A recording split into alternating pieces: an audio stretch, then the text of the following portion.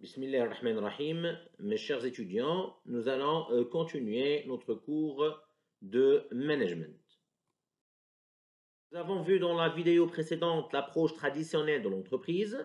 Dans cette vidéo, nous nous intéressons à l'approche systémique de l'entreprise, où nous allons voir deux éléments. Le premier, le système entreprise. Le deuxième, les caractéristiques du système entreprise, qui sont de trois caractéristiques. L'entreprise est un système organisé, l'entreprise est un système ouvert, l'entreprise est un système finalisé. Donnons un exemple de l'approche systémique de l'entreprise, l'exemple de la faculté. Votre faculté est une organisation qui est considérée comme un système. Pourquoi? Car elle est composée d'éléments organiques tels que l'administration, les professeurs, les administrateurs, les étudiants, et d'éléments non organiques, ça veut dire l'ensemble des relations entre les individus, les objectifs des individus, les stratégies et les orientations, les buts, etc. Votre faculté est une organisation qui est structurée, ça veut dire qu'elle a une structure où il y a une organisation.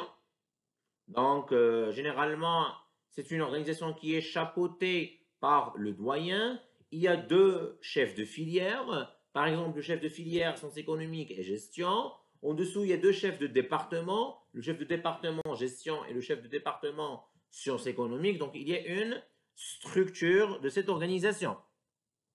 Cette organisation, elle est composée d'un ensemble d'éléments. Donc, des éléments qui sont organiques. Étudiants, enseignants, administrateurs, administration elle-même, et d'éléments non organiques, les relations, les buts, les objectifs. Ces éléments entrent en relation, où il existe une relation entre ces éléments organiques et non organiques, en vue d'atteindre un objectif. Donc, lorsqu'il y a ces trois éléments, une organisation qui est structurée, composée d'un ensemble d'éléments organiques et non organiques, qui entrent en relation pour atteindre un objectif, on appelle ça un système. Donc, l'organisation, elle est considérée comme un système lorsqu'elle est structurée, lorsqu'elle est composée d'éléments organiques et non organiques, et ces éléments ont une relation entre eux en vue d'atteindre un objectif. Si on prend une définition d'un système de façon générale, selon Joël de Rosnay, un système est un ensemble d'éléments en interaction dynamique, organisés en fonction d'un but. Donc, il y a un ensemble d'éléments où il y a l'interaction dynamique qui est organisée en fonction d'un but. Passons maintenant au système entreprise. Le système entreprise comporte deux types de composants. Des composants structuraux qui contiennent un territoire délimité de l'entreprise, des éléments matériels tels que les machines, les robots et des éléments humains, donc les ressources humaines de l'entreprise, salariés, collaborateurs, techniciens, ouvriers, etc., qui constituent la structure du système, qui constituent l'organisation du système. Des composantes fonctionnelles qui contiennent des flux d'énergie. Lorsque je parle d'un flux, c'est un mouvement. Donc, exemple, flux d'énergie, flux d'informations, flux de marchandises, flux monétaires, etc., qui assurent le fonctionnement du système. Le système entreprise peut avoir trois types d'opérations. La première opération, le système entreprise transforme les flux. Donc, le système entreprise va transformer les flux d'entrée en flux de sortie, va transformer les intrants en extrants, va transformer les inputs en outputs. Généralement, les flux d'entrée sont les matières premières, les flux d'énergie, les flux d'information. Après traitement de ces flux en vue d'atteindre des objectifs. Par exemple, l'objectif, c'est la production des produits. Par exemple, dans les flux de sortie, on peut trouver des informations, des déchets. Exemple, par exemple, une entreprise qui va transformer des matières premières, des flux d'énergie en produit fini. Ici, on parle que la première opération d'un système entreprise est la transformation des flux. Un système d'entreprise a une deuxième opération qui est le système entreprise s'ajuste pour atteindre les objectifs fixés. Donc, donnons un exemple où l'entreprise a fixé les objectifs à atteindre. Elle va prendre une décision pour réaliser ces objectifs. Par la suite, elle passe à l'exécution. Nous avons deux cas de figure. Si les objectifs sont réalisés, donc il y aurait un feedback positif, une réponse positive. Et là, il n'y a pas de problème. Si, après exécution, les objectifs ne sont pas réalisés, il y a une réponse qui est négative. Par exemple, les objectifs ne sont pas atteints à 100%. Nous avons atteint que 70%. Alors là, on doit ajuster les objectifs. Soit les objectifs sont un peu élevés par rapport aux moyens de l'entreprise, ou il y avait un problème au niveau de la fixation des objectifs, où on va ajuster les décisions. Parfois, l'objectif, il est bien fixé, mais les décisions au niveau opérationnel, il y a un problème. Et jusqu'à qu'il y aurait une réalisation des objectifs et une réponse positive, une atteinte à 100% des objectifs déjà fixés par l'entreprise. L'opération 3, le système entreprise réagit à son environnement et le transforme. Donc, comme vous voyez, il y a une action-réaction conjointe, il y a une modification de l'environnement et transformation du système. Donc, ici, l'entreprise ou le système entreprise, elle a transformé le système pour réagir à l'environnement, pour faire des actions et réactions, pour modifier l'environnement. C'est quoi l'environnement de l'entreprise? C'est l'ensemble des éléments qui peuvent impacter l'activité de l'entreprise. Nous avons l'environnement interne, l'environnement externe, l'environnement micro, le micro-environnement, le macro-environnement, et vous allez voir tout ça en détail dans le chapitre suivant. Après avoir fait un aperçu sur le système entreprise, nous passons maintenant à voir les caractéristiques du système entreprise. Dans le plan, nous avons présenté 3 caractéristiques du système entreprise. L'entreprise d'un système organisé, l'entreprise d'un système ouvert, l'entreprise d'un système finalisé. L'entreprise réalité économique et sociologique et un système organisé, ouvert et finalisé. Commençons tout d'abord par l'entreprise est un système organisé. Comment l'entreprise est considérée comme un système organisé. L'entreprise est une unité structurée, cela veut dire qu'elle a une structure, qu'elle est constituée d'organes, donc des éléments organiques, hiérarchisés, donc qui suivent un rang. Donc il y a des organes dans le sommet de l'entreprise, il y a des organes dans le middle de l'entreprise et il y a des organes dans le bas de l'entreprise. Je ne veux pas encore entrer dans les détails pour parler de la pyramide, pour dire qu'il y a des organes dans le sommet stratégique, d'autres dans le middle management et d'autres dans la base de la pyramide. Donc, ils sont hiérarchisés, donc ils suivent un rang. Soit ils sont dans le haut de l'entreprise, soit dans le milieu, soit dans le bas. Et spécialisés, donc il y a des organes qui sont spécialisés. Chaque organe est spécialisé dans un domaine spécifique. Donc, soit dans la production, il y a des organes qui sont spécialisés dans les finances, comptabilité, un autre organe spécialisé dans le marketing, un autre organe est spécialisé dans les achats, par exemple, etc. Il y a un certain nombre de liaisons les reliant. Et donc, il y a un certain nombre de liaisons, un certain nombre de relations entre les organes hiérarchisés et spécialisés. Et ça, nous avons appelé déjà ça les éléments non organiques. Ça veut dire les éléments qui relient les organes hiérarchisés et spécialisés pour le bon fonctionnement de l'entreprise. Lorsqu'on parle d'un système d'entreprise qui est organisé, ça veut dire que l'entreprise, elle a une structure. Voici une structure de l'entreprise. On appelle ça un organigramme.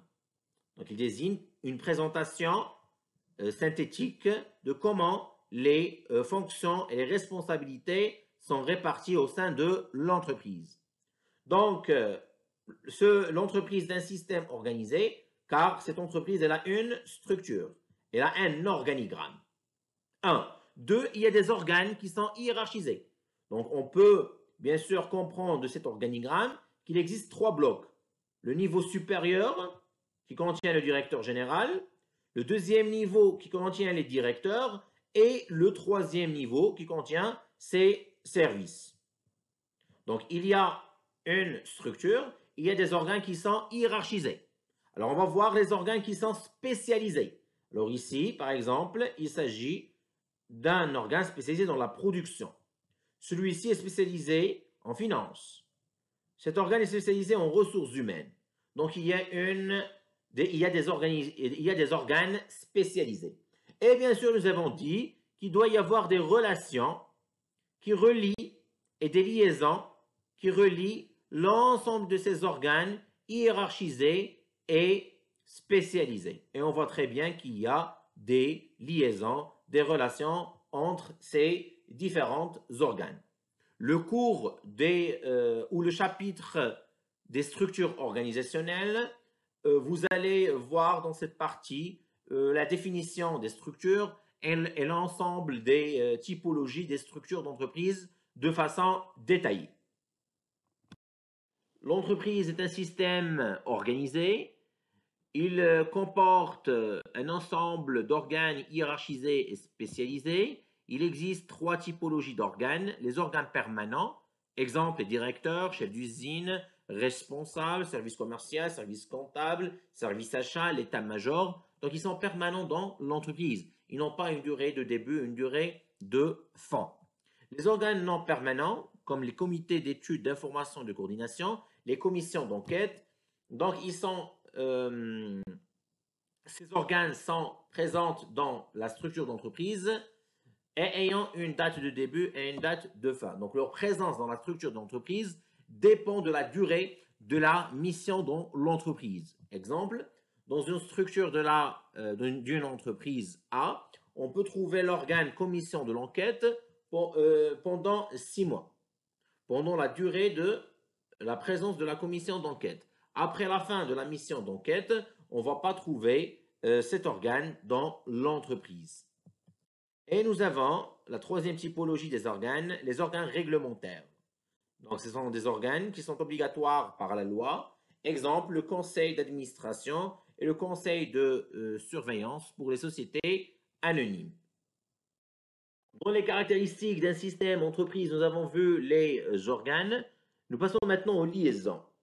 Les types de liaisons entre organes permanents peuvent être, donc dans les organes permanents. Je souligne très bien qu'il existe 3 types de liaisons entre les organes permanents.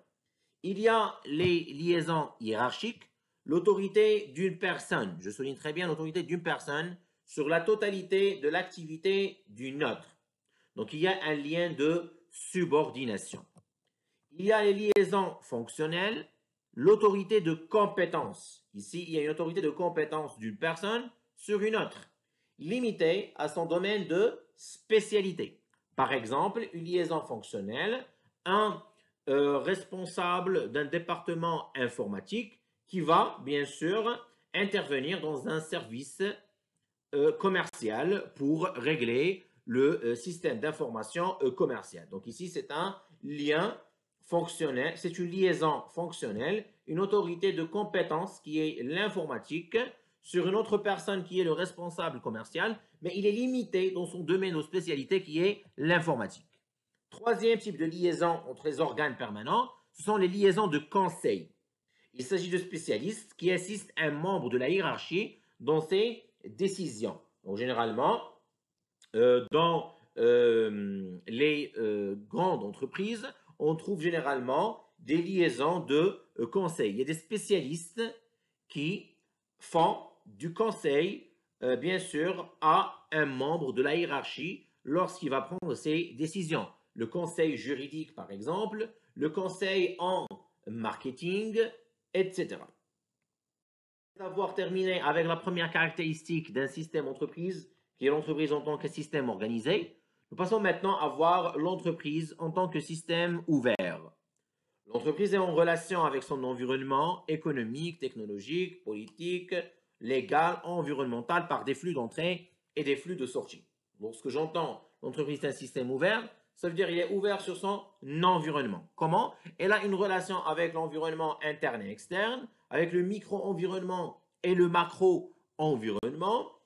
Pourquoi? Car elle réalise des flux d'entrée, d'informations, d'énergie, de matière, et en même temps des flux de sortie d'informations, de produits, de matière à son environnement. Donc, l'entreprise est un système ouvert car il réalise car il est en relation par des flux avec son environnement. Ces flux peuvent être des mouvements d'argent, mouvements de marchandises, mouvements d'informations. Bien comprendre les flux qui existent entre l'entreprise et son environnement, on vous donne un exemple synthétique et illustratif. L'entreprise peut entrer avec la banque par un flux de sortie sous forme de dépôt. Il s'agit d'un flux monétaire ou financier. Les banques, bien sûr, et sous forme d'un flux d'entrée pour l'entreprise, accordent des prêts pour l'entreprise. Donc, il s'agit d'un flux d'entrée pour l'entreprise et d'un flux qui est monétaire. Donc, l'entreprise avec l'assurance paye une prime d'assurance et l'assurance verse des indemnités en cas de sinistre. L'entreprise, bien sûr, réalise des exportations au reste du monde. Donc, c'est un flux de marchandises, par exemple. Ce sont les flux physiques. Donc, c'est un flux de sortie. Et il y a un flux d'entrée à l'entreprise qui sont les importations. L'État, donc, réalise ou produit des services non marchands pour l'entreprise. C'est un flux d'entrée. Et le flux de sortie d'entreprise pour l'État, qui est un acteur de l'environnement d'entreprise, l'entreprise va verser des impôts et taxes. Donc, les ménages, bien sûr, constitués par l'ensemble de la main-d'œuvre pour l'entreprise. Donc, ils vont, bien sûr, fournir du travail à l'entreprise.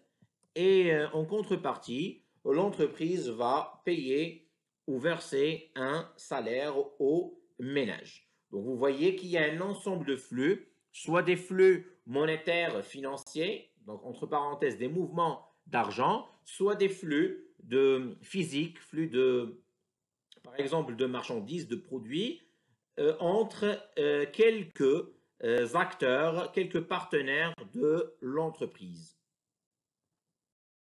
Comme nous avons vu dans l'exemple précédent, il existe des flux d'entrée avec l'environnement de l'entreprise, soit des flux réels ou physiques, facteurs de production, main-d'œuvre, matériel, matières premières, produits, ou des flux financiers, des flux monétaires, des capitaux, par exemple les prêts, ou des flux d'informations, exemple législation, études de marché. Donc, ce sont des flux d'entrée dans la relation de l'entreprise avec son environnement. La même chose dans les flux de sortie. On peut avoir des flux réels, produits et services. On peut avoir des flux financiers, dépenses, revenus, paiement des versements et paiement des salaires, paiement des taxes et des flux d'informations, publicité, bilan. Donc, l'entreprise a une relation avec son environnement. Elle a des flux d'entrée qui peuvent être réels, financiers, d'informations. Et le système va les traiter et les faire sortir à travers des flux de sortie qui peuvent être réels, financiers ou d'informations vers l'environnement. Après avoir vu les deux caractéristiques d'un système entreprise, l'entreprise est un système ouvert et un système organisé. Nous allons voir maintenant la troisième caractéristique, l'entreprise d'un système finalisé. L'entreprise poursuit une double finalité. Une finalité à caractère personnel, ça veut dire personnel pour l'entrepreneur et les dirigeants. Exemple, prestige, pouvoir, profit et sécurité de l'entrepreneur et des dirigeants. Ou une finalité à caractère institutionnel.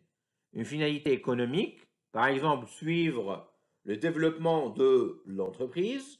Une finalité sociale, par exemple, la satisfaction du personnel de l'entreprise. Ou une finalité sociétale, par exemple, l'intégration dans l'environnement et la satisfaction des besoins de la société.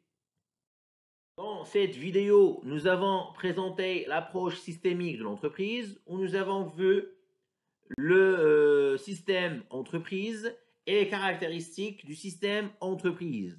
Les caractéristiques du système entreprise qui sont de trois. L'entreprise est un système ouvert, est un système organisé et un système finalisé. Dans la prochaine vidéo, nous allons voir la classification des entreprises.